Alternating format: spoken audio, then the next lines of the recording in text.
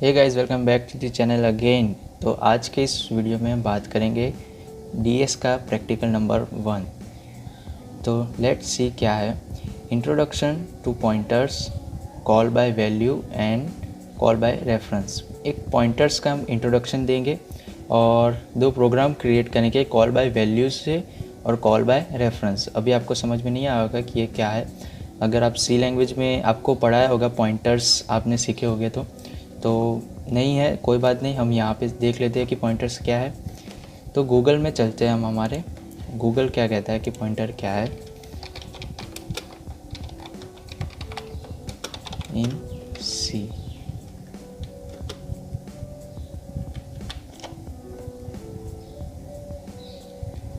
तो यहाँ पे है कि pointer is a variable whose value is the address of another variable.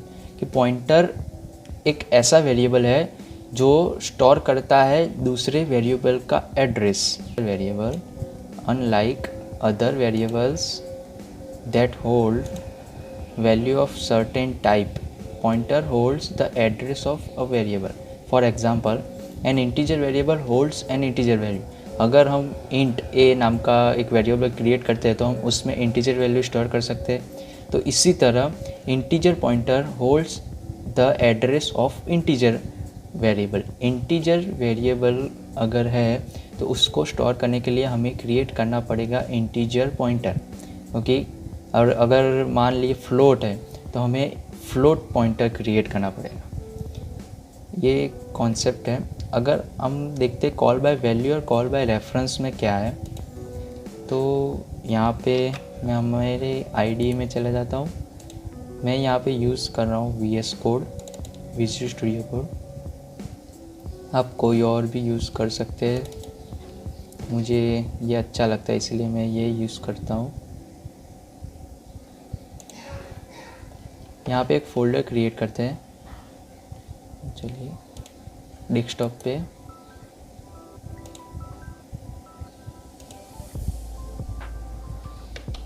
DS programmes. Okay, और इस फोल्डर को मैं ओपन करता हूँ अपने VS कोड में।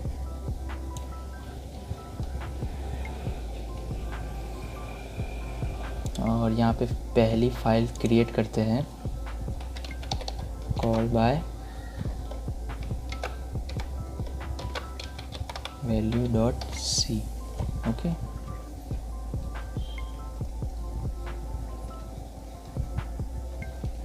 यहाँ पे फाइल क्रिएट हो चुकी है।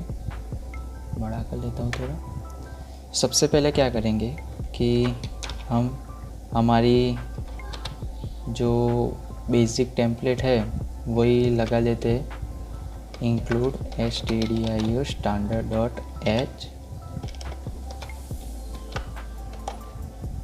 और main int void, int void नहीं होता, main, my mistake.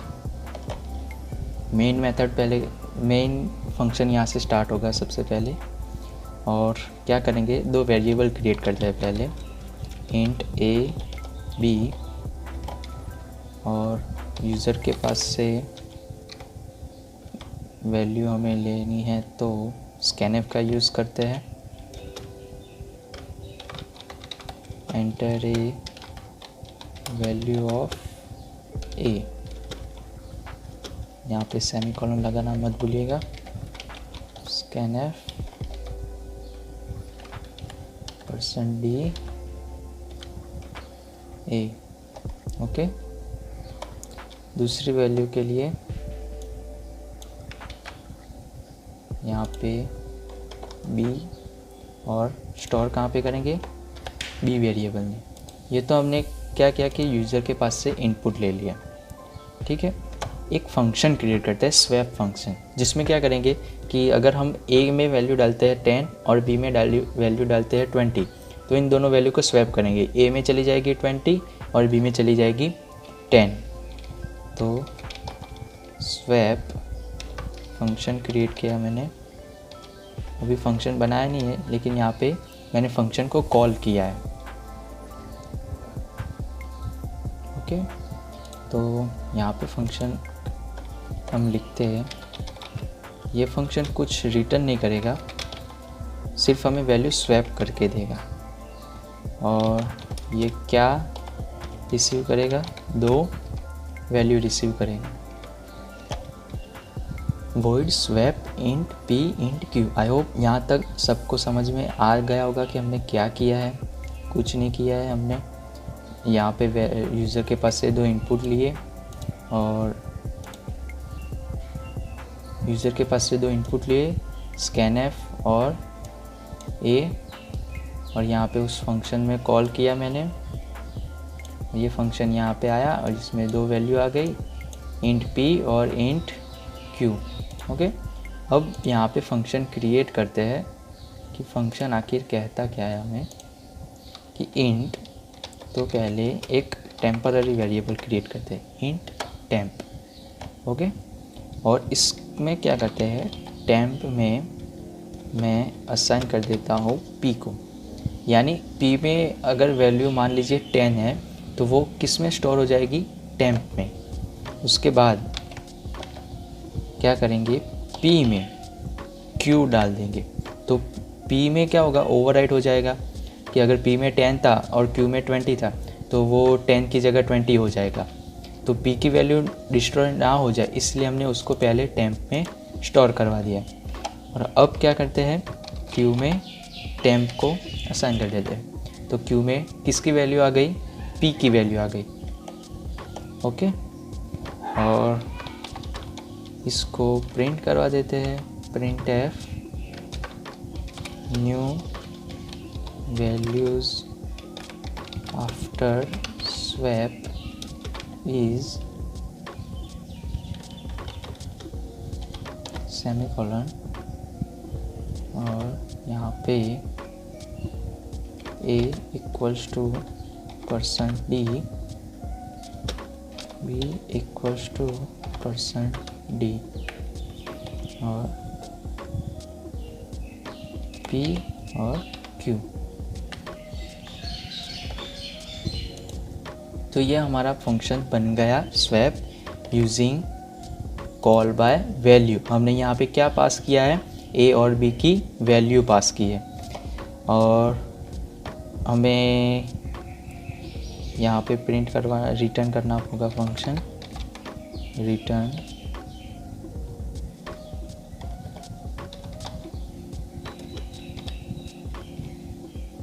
Zero return कर देते, कुछ नहीं। यहाँ पे हमें इंट की ज़रूरत ही नहीं, वॉइड क्रिएट करते हैं, वॉइड फंक्शन। तो हमें यहाँ पे कुछ रिटर्न करने की ज़रूरत नहीं है।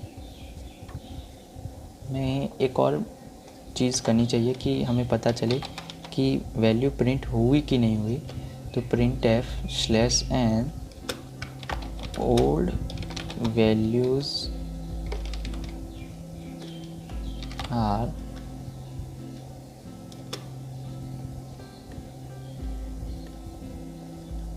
a equals to %d और b इक्वल्स टू %d। पुरानी वैल्यू थी a और b, सेमीकोलन। यहाँ पे फंक्शन में जाएगा तभी वैल्यू चेंज होगी, जब रिटर्न होगा तब यही वैल्यू फिर से आ जाएगी मेन फंक्शन में। तो हमारा प्रोग्राम रन करते हैं हम यहाँ से। ये रन हो चुका है सक्सेसफुली। तो आप लोग देख सकते हो कि यहाँ पे है एंटर वैल्यू ऑफ a की वैल्यू में डालता हूँ 10, एंटर वैल्यू ऑफ b की वैल्यू डालता हूँ 20। तो a में क्या चला जाएगा 20 और b में क्या चला जाएगा 10। Let's see what's happen here.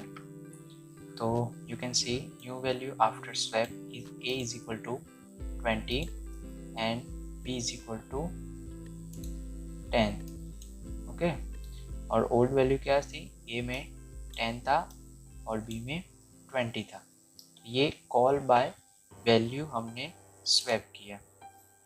अब हम देखते हैं कि कॉल बाय रेफरेंस कैसे करते हैं। तो यहाँ पे एक और फाइल क्रिएट करता हूँ, call by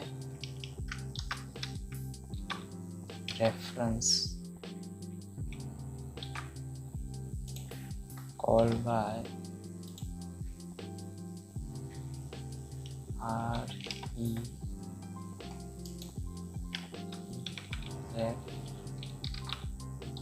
reference dot c। Okay, तो प्रोग्राम लिखते हैं as include stdio.h void main method में पिछली बार की तरह यही वैल्यू लेंगे int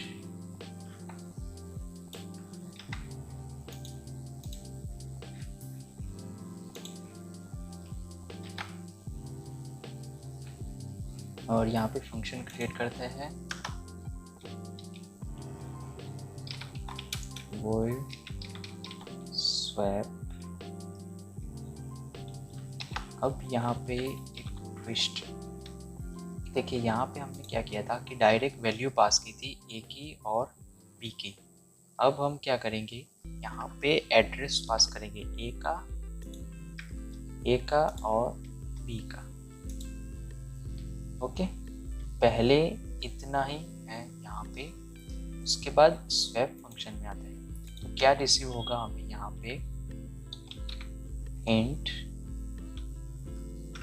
pointer p int pointer q। तो हमें यहाँ पे p और q का पॉइंटर रिसीव होगा। ओके, उसके बाद पहले की तरह एक टेम्पररी वेरिएबल, टेम्प वेरिएबल में क्या असाइन करेंगे, temp equals to address of p।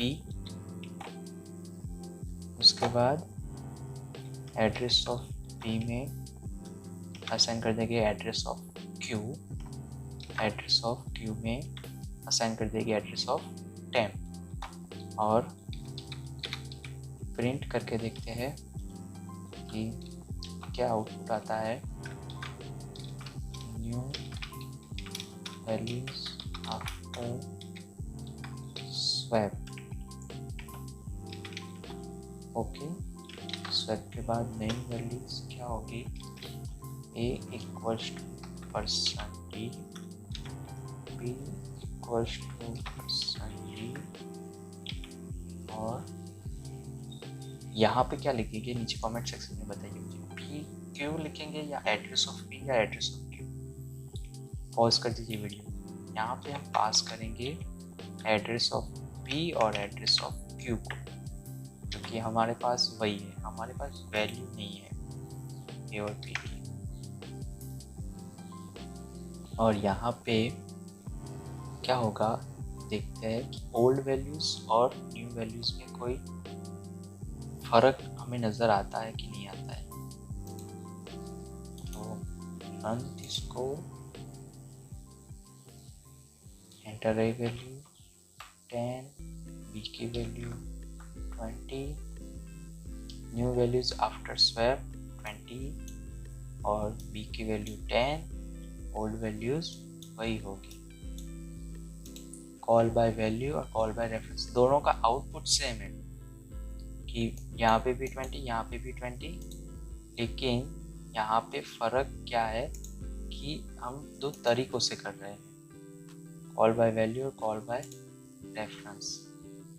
यहाँ पे आंसर एक ही है, लेकिन दो तरीकों से उससे कर रहे हैं।